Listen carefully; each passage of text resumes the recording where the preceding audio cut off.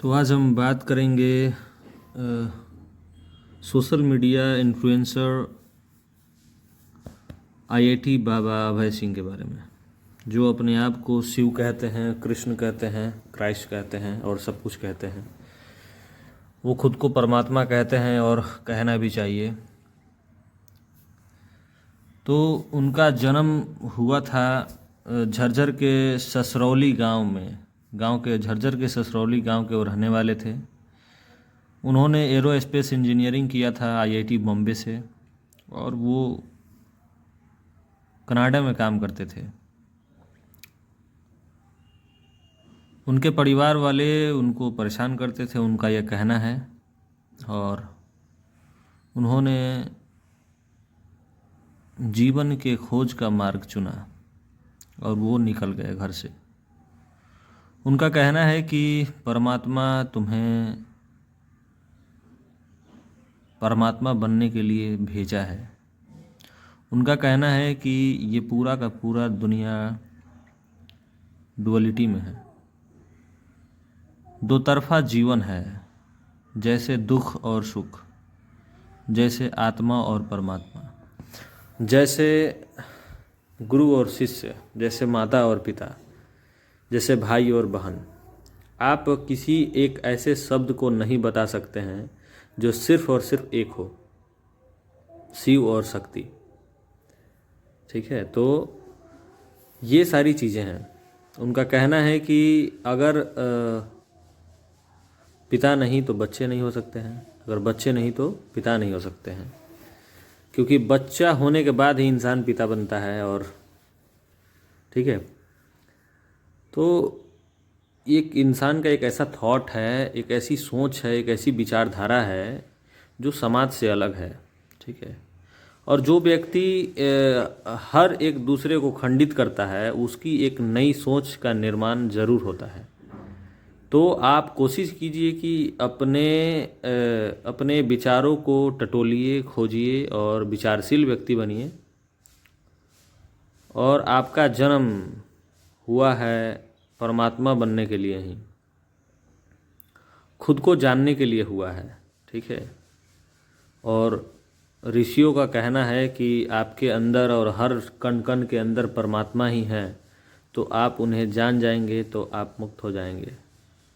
ठीक है, उनका कहना ये भी है कि आपका जन्म इसलिए हुआ है इंसान के शरीर में कि इसमें कुछ अलग अलग तरह के टेक्नोलॉजी हैं, अलग अलग तरह की जो संभावनाएं हैं। आप इसे यूज करके अपने जन्म को उन्नति में ला सकते हैं और अपने खुद को मुक्त करा सकते हैं। ये सारी चीज़ें, ये जो टेक्नोलॉजी है, ये जो साइंस है, ये जो इस बॉडी की गुण है, ये सभी जीवों में नहीं है। जिसे आप जानवर कहते हैं, वो 3 या 4 तलों पे जीता है। ठीक है, भोजन करता है, श्वास लेता है, विचार करता है और बच्चे पैदा करता है, फिर मर जाता है। ठीक है, लेकिन आपके अंदर कुछ ज़्यादा चीज़ें हैं इसमें। आप इसमें बहुत सारी ऊंचाइयों पे जी सकते हैं, भोजन करते हैं, खाना खाते हैं, वही खाना खाते हैं, बच्चे पैदा करते हैं, सोते हैं, विचार करते हैं, चिंतन करते हैं, फिर आप प्रेम करते हैं। ठीक है, उन लोगों में भी प्रेम करना होता है, दुख सुख दूसरों का आप समझते हैं। फिर आपके अंदर एक ऐसी चेतना जागृत हो जाती है जिससे आप परमात्मा में विलीन हो सकते हैं, आप मुक्त हो सकते हैं इस पूरे जन्म और मृत्यु के बंधन से। और यही चीज़ ये शिव संहिता कहती है। मैं इसे पढ़ा हूँ। ठीक है, मैं इसे कभी इसका एक वीडियो आप लोगों को डालूंगा। तो ये शिव संहिता कहती है कि आप अगर अनुष्ठान करते हैं, आप अगर पूजा करते हैं, पूजा पाठ में विश्वास रखते हैं, तो आप पुण्य कमा सकते हैं। अगर आप पूजा पाठ नहीं करते हैं, आपको कुछ पता नहीं है, तो आप कुछ भी करते हैं, तो आप इस किताब के अनुसार से कि दो तरह का जीवन होता है, एक पाप के लिए होता है और एक पुण्य के लिए होता है। जो व्यक्ति पाप कर्म करता है उसे दुख भोगना पड़ता है, मरने के बाद भी और जीवन में भी और जिंदा रहने पर भी। जो व्यक्ति पुण्य कमाता है उसे कुछ अलग तरह के योनियां मिलती हैं जिसमें वो पुण्य भोग सकता है, लेकिन वो मुक्त नहीं हो सकता है। जैसे ही उसका पुण्य खत्म होगा, उसका जन्म फिर से इस मृत्यु लोक में हो जाएगा और अलग अलग तरह के जीवन उसे मिलते रहेंगे हर जन्म के बाद, तो वो ना पुण्य कीजिए और ना पाप कीजिए, क्योंकि पुण्य भी आपको बंधन पैदा करेगा और पाप भी आपको बंधन पैदा करेगा। ठीक है, तो ये शिव संहिता कहती है कि आपको सिर्फ और सिर्फ ध्यान करना चाहिए, सिर्फ और सिर्फ योग करना चाहिए, योग विधि सीखना चाहिए, और आपको सिर्फ और सिर्फ भगवान के नाम जपना चाहिए। बहुत तरह की विधियां हैं। ये शिव संहिता बताती है कि आपके अंदर 7 चक्रों का जो जगह होता है वो आपके अंदर ही उपस्थित होता है। उसी चक्रों के से ही ये माँ काली, माँ दुर्गा जो निकलती हैं, जो ब्रह्मा विष्णु महेश निकलते हैं, दिखते हैं, और राम शब्द जो हैं वो उन्हीं से निकलता है। ये जो शिव का 3rd आई है, जिसे हम लोग सहस्त्रहार आज्ञा चक्र कहते हैं, आज्ञा चक्र के बाद सहस्त्रहार चक्र होता है।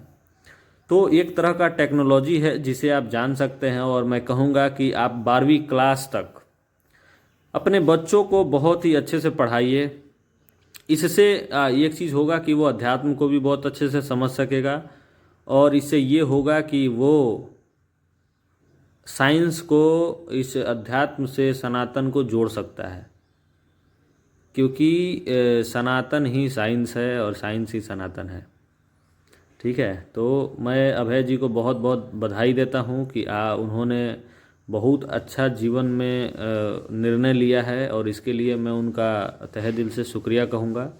और मैं चाहूँगा कि जो अपने से विचार सोच समझ के कोई निर्णय लेता है, जिससे वो पता होता है कि वो मुक्त होने के लिए इच्छुक है, तो आप अपने हिसाब से विचार कीजिए, और मुक्त होने के लिए आप तैयार होना चाहिए आपको। उसके लिए अपने शरीर को आपको तैयार करना पड़ेगा मुक्त होने के लिए, क्योंकि मुक्ति कोई मांग नहीं है, मुक्ति कोई इच्छा नहीं है। मुक्त का मतलब होता है कि आपको हर चीज़ से मुक्ति, पैसा, धन दौलत, घर परिवार, भाई बहन, शरीर, श्वासें, हर चीज़ जो आप देख रहे हैं सबसे मुक्ति, जो आप सोच रहे हैं उससे मुक्ति, उसी को कहा गया है शून्यता। आप शून्यता में रुक जाइए, आप अपने कॉन्शियस माइंड को एक्टिव कर लीजिए, सुपर कॉन्शियस माइंड को एक्टिव कर लीजिए। ठीक है, आप उसमें जीना शुरू कर दीजिए, फिर आप मुक्त हो जाएंगे। तो कोशिश कीजिए, और अभय सिंह जी को बहुत बहुत धन्यवाद, और बहुत अच्छा काम उन्होंने किया है और कर रहे हैं। उनका कुछ पारिवारिक मैटर है, जिस मैटर में मैं कुछ बोलना नहीं चाहता हूं, क्योंकि हर जगह कुछ ना कुछ होते रहेगा, हर दिन कुछ ना कुछ होते रहेगा। क्योंकि गौतम बुद्ध ने भी शादी किया था, गौतम बुद्ध के भी बच्चे थे, एक राहुल नाम था जिनका, और उन्होंने जब एक दिन का ही बच्चा था तो वो छोड़ के चले गए थे। तो उनका भी परिवार था, वो एक बहुत बड़े राजा के बेटे थे, वो राजा होने वाले भी थे। तो उन्होंने ये पूरे साम्राज्य को छोड़ दिया, और उन्होंने खुद को खोजने निकल गए, वो खुद को खोजने निकल गए। तो आप सोच सकते हैं कि कितना बड़ा बात है। इसलिए कुछ ऐसा बहुत ही इम्पोर्टेंट, और कहा जाए कि वही इम्पोर्टेंट है और बाकी सारी चीज़ें अनइम्पोर्टेंट हैं, उसको खोजना बहुत ज़रूरी है इंसानों के लिए। ठीक है, ये जिसको शरीर मिला है इंसान का, उसको ये खोजना ज़रूर चाहिए कि मैं क्यों इंसान के शरीर में मेरा जन्म हुआ है, मैं कौन हूँ। वो पहचानों के अधीन नहीं रुक जाना चाहिए कि जो नाम मिला है, जो परिवार से कुछ मिला है, उसको ही लेके नहीं जीना चाहिए। तो आप समझ सकते हैं मैं क्या कहना चाहता हूँ। मैं ये नहीं कह रहा कि आप सब चीज़ छोड़ दीजिए, मैं ये नहीं कह रहा कि आप सब चीज़ को पकड़ के चलिए। मुक्ति की आकांक्षा जरूर रखिए। बहुत बहुत धन्यवाद अभय सिंह जी, आपका स्वागत है मेरे इस जीवन में। मैंने आपको सुना है, और कहीं ना कहीं आपने शिवत्व को जाना है, इसीलिए सभी लोग आपको प्रेम कर रहे हैं। तो मैं आपको धन्यवाद देता हूँ। बहुत बहुत धन्यवाद आपका।